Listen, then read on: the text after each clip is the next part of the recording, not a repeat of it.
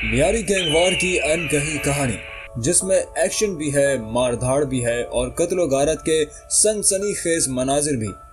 इलाका गिरी की उस हवस का किस्सा जिसमें जिगरी दोस्तों के हाथों एक दूसरे के खानदान कत्ल हुए, भाई जैसे साथियों ने एक दूसरे के सर काट डाले, साथ खाना खाते दोस्तों ने एक दूसरे को कत्ल किया और बचपन के पड़ोसियों ने एक दूसरे की लाशें तक इंतकाम की आग में जला डाली। लियारी गैंग वॉर क्या है और इसका आगाज कब से हुआ? लियारी के डॉन शेरुल दादुल से उजैर बलोच तक, इस कहानी में कौन से किरदार ने क्या किरदार अदा किया, ये सब भी आपको बताएंगे। लियारी, जिसे कभी फुटबॉल, साइकिल, बॉक्सिंग समेत दीगर खेल से मोहब्बत करने वालों की जमीन कहा जाता था, ये जुराइम का गढ़ कैसे बना? आइए आज की वीडियो का आगाज करते हैं, जो हॉलीवुड या बॉलीवुड की किसी फिल्म से भी ज्यादा सनसनीखेज स्टोरी है।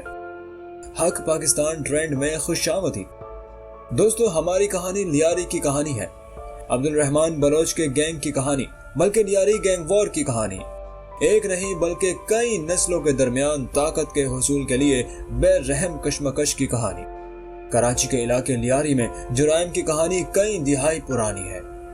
यहाँ कभी शेरुल और दादुल का खौफ था, तो इसकी तंग तारीख गलियां अब्दुल रहमान डकैत, अरशद पप्पू, बाबा लाडला, उजैर बलोच और गफ्फार जिक्री के जुराइम की दास्तानों से भरी पड़ी है।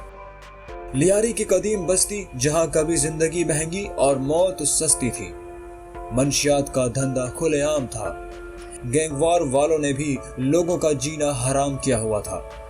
पीपल्स पार्टी का घर समझा जाने वाला यह इलाका गुर्बत और पसमानदगी में सबसे आगे है। कई हुकूमतें आई और गईं, लेकिन लियारी की किस्मत ना बदली। 60 की दिहाई में कराची के कदीम इलाके लियारी की तंगो तारीख गलियों में शेरुल और दादुल का राज था। अल्लाह बख्श उर्फ काला नाग, बेकल, हुसैन ईरानी, बाबू डकैत और हाजी लालू ने जुराइम के धंधे को आगे बढ़ाया। बाबू डकैत हाथ पकड़कर 14 साल के अब्दुल रहमान बलोच को इस मंशियात के धंधे में लाया, जो आगे चलकर अब्दुल रहमान बलोच उर्फ अब्दुल रहमान डकैत बना। 90 की दिहाई के आखिर में रहमान डकैत से इख्तलाफात के बाद हाजी लालू ने अपने बेटे अरशद पप्पू के साथ मिलकर अलग गिरोह बना लिया। लियारी के मुख्तलिफ इलाके इन गैंगस्टर के जेरे कब्जा रहे, जहां दूसरे गिरोह हमले करते रहे। अब्दुल रहमान डकैत और फिर अरशद पप्पू की हलाकत के बाद लियारी गैंग वॉर ने एक और रुख इख्तियार कर लिया। गैंग वॉर अब अरशद पप्पू के करीबी साथी बाबा लाडला और अब्दुल रहमान डकैत के करीबी रिश्तेदार उजैर बलोच के दरमियान थी, जो इलाके पर कंट्रोल के लिए एक दूसरे के कारिंदे मारते रहे। लेकिन इससे पहले ये जानना जरूरी है कि इस कहानी का आगाज कैसे हुआ। दोस्तों, जुराइम के इस सफर के मरकजी किरदार अफशानी गली के दो भाई शेर मोहम्मद, जिसे शेरू कहा जाता था, और दाद मोहम्मद, जिसे दादुल कहा जाता था, इन दोनों के दरमियान घूमती है।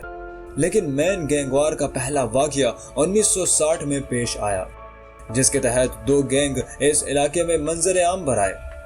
पहला गैंग दादुल 3 भाइयों पर मुश्तमिल था, जिसमें दाद मोहम्मद उर्फ दादुल, शेर मोहम्मद उर्फ शेरू और बैगन शामिल थे।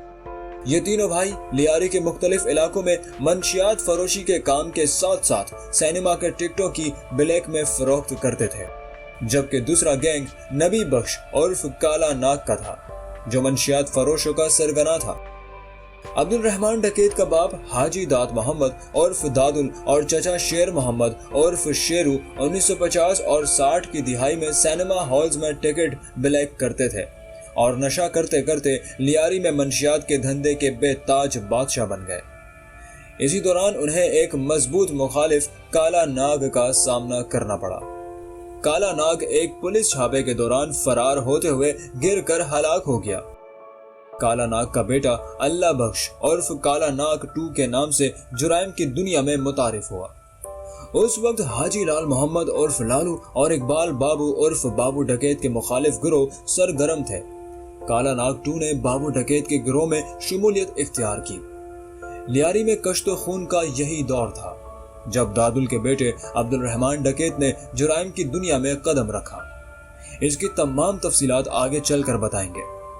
दोस्तों, दादुल और काला नाग के गैंग में आए रोज झगड़े होना मामूल का हिस्सा थे।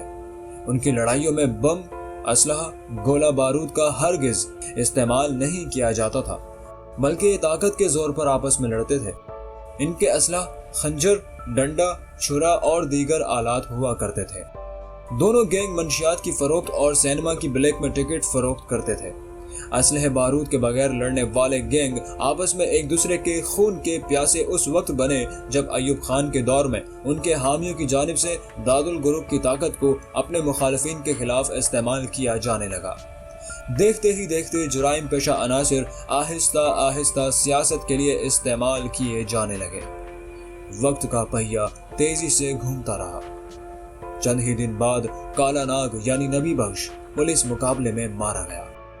दादुल का एक भाई कत्ल हो गया, जबकि दादुल और शेरू तमाम तर जुराइम छोड़ने पर मजबूर हो गए, जिसके बाद 1964 में बनने वाले गैंग का मुकम्मल तौर पर खात्मा हो गया।